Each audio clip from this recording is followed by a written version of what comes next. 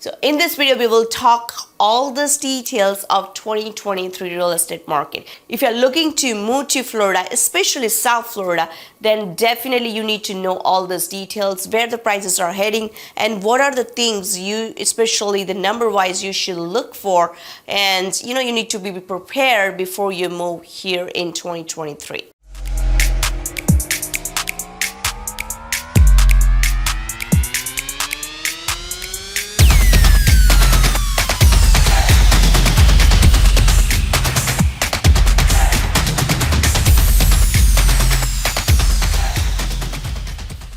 The pandemic market has brought big changes everywhere nationally, and we saw big bumps on the prices, and we see like since last year the interest rate has been going up and up and up, and every week this is basically changing interest rates, which is kind of giving us very shady feel where this market is heading. So when you search in Google about the Florida real estate market or even the national real estate market, it is giving a very mixed feeling. It's very difficult to understand the normal individual, what is actually happening in the market. So there are a few pieces when you understand the real estate market. It is completely different than the stock market, or even you just, see the economy where it is going. So it would give you a little bit confusing feeling. That's why as a real estate agent locally, what I experience as an agent, I'm going to share in this video. So before we go to the actual topic, let me tell you one thing. So real estate market predictions works a little different than if you compare the stock market or even in general economy also, because there are a lot of factors you need to consider, especially the hyperlocal factor. For example, at the same time, real estate market in one area could be hot and one would not be that much hot. If you just compare about the South Florida, we see some cities are still experiencing the multiple offers, and some cities, their days in a market, the properties are staying more than 120 days or even more than 200 days I'm looking at in the MLS. So it is very much different state to state, city to city, even zip code to zip code. So whenever you compare the real estate market, make sure you compare apple to apple. You're not taking in a general consideration.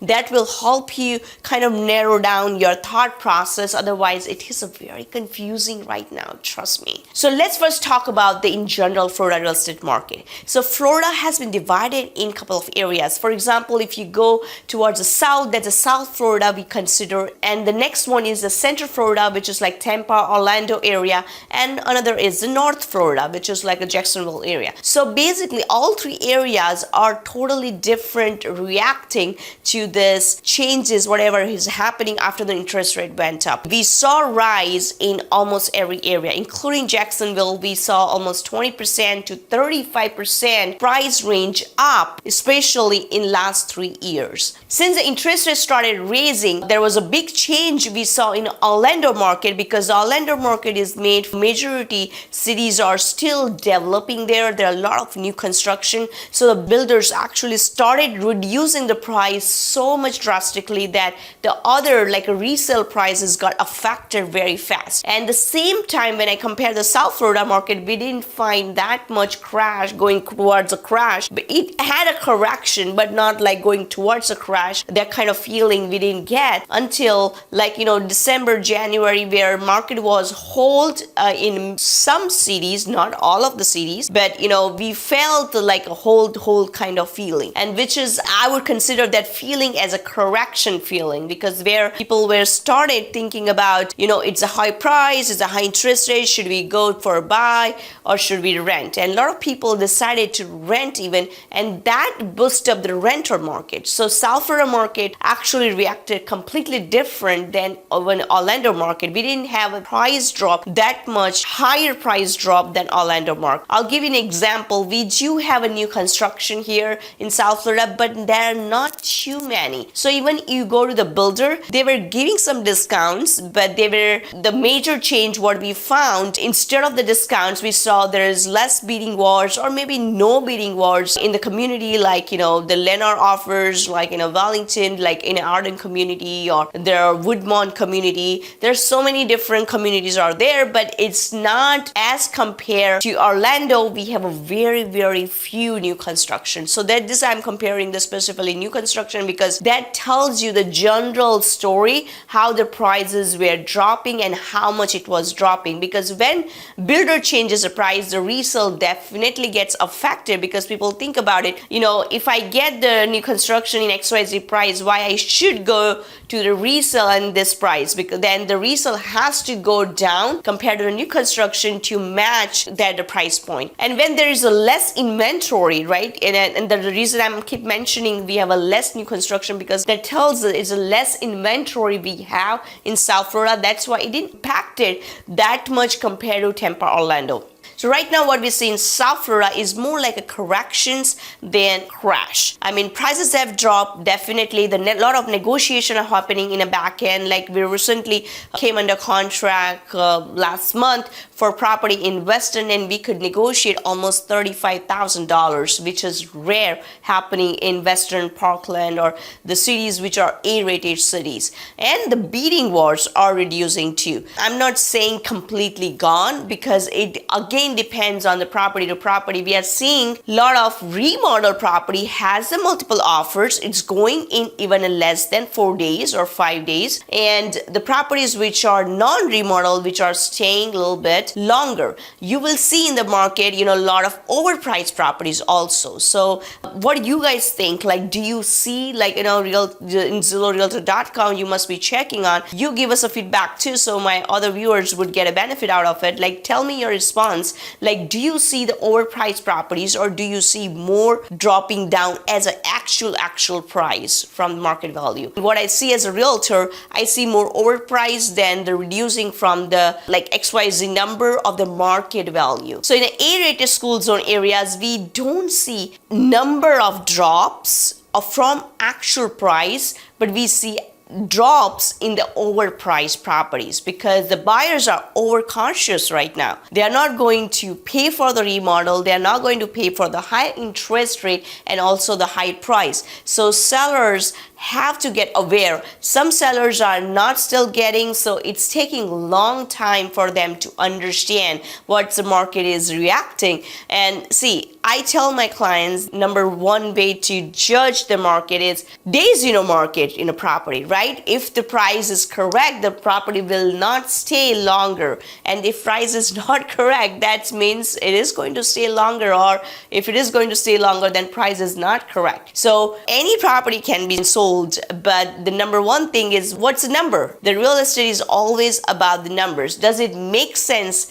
In that particular price, the property is listed. So the biggest change, as I told you, the main thing is the non-remodel versus remodel property. I'll give you an example. One of the property we put in offer, we also backed out after going under contract, and this property is actually stayed in a market for more than 60 days or close to that days. And other property, when we saw another one which is remodel, that stayed only for 3 days, and we lost actually the offer because there was like almost 8 to 9 offers under this property. So it's the same neighborhood, same comparison, like apple to apple we are doing in the same neighborhood. So some properties are again staying longer, some properties are not staying longer and having the multiple offers. So when you buy here, definitely you have to have a correct kind of understanding of market, because not only here but anywhere basically you buy, you have to have a correct understanding of market, because if you do not have understanding, then you may put offers which will not make sense and you may lose opportunity to negotiate even upfront. And there are, of course, you have other opportunities to negotiate, because most of the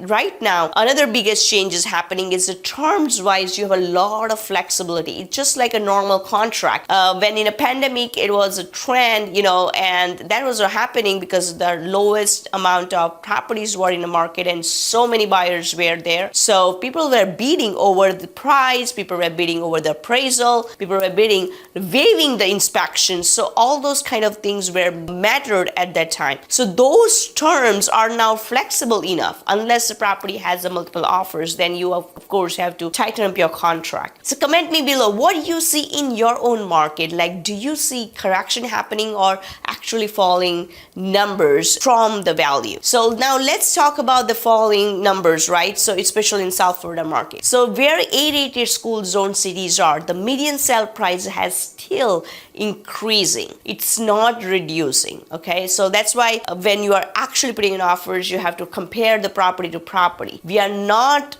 seeing the bigger changes in the numbers, total numbers. Matter of fact, after last month, actually the prices have started going slowly up. Then compared to what we saw in last 4 or 5 months after the interest rate raised itself. So one of the reasons is, see, in a winter, always the market is slow, always, because there's a holidays time, people are, settled, they want to spend time with the family, and plus we were seeing this interest rate, having this dynamic ranges, it was changing almost every week, every day, so people are waiting on. So we didn't see so many buyers compared to now in the spring season. We have started seeing some changes. So in a winter market, always market is slow, and when the spring comes, automatically the market a little bit changes. And another change which happened is rental price. Now it's correcting. It's not the situations where the properties are going in a 2 days, 3 days, 5 days,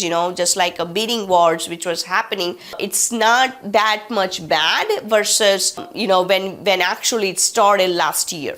So at this moment, that's also tells us the more buyers are in a market. People are not renting, because if you're, let's say this example, single family house, 4-bedroom in South Florida in A-rated school zones, it's actually costing between $5,000 to $7,000 minimum. Yes, $5,000 to $7,000 minimum. And the single family, if someone wants to have, why would they go for the rent? And if they have a mortgage, almost similar price, even though interest rates are high, still the monthly mortgage is not as bad as the renter price. And this is a very high number we are talking about. If you are renting, let's say around $2,000, $2,500, you may wait for it. But now the prices have gone up, and that's why people are started thinking and putting in action. So more buyers are in market in spring market, and which I think so it's going up. Like in the summer market also will be more. And the most important part, the inventory is still low in A-rated school zones. So I will be having some videos about this specifically city by city, but in general, South Florida, it's still having the changes, but not hyper locally the same changes. Once you know your area, then understand market, what is actually happening in a market. And that will tell you the actual story, if that area is underwater or actually it is not, and matter of fact, it's just correcting. At the end, comment me below if you want to find out of specifically some area you're looking at. I can make video of that particular area also, and talking about specifically the numbers with the MLS too. So see you in my next video.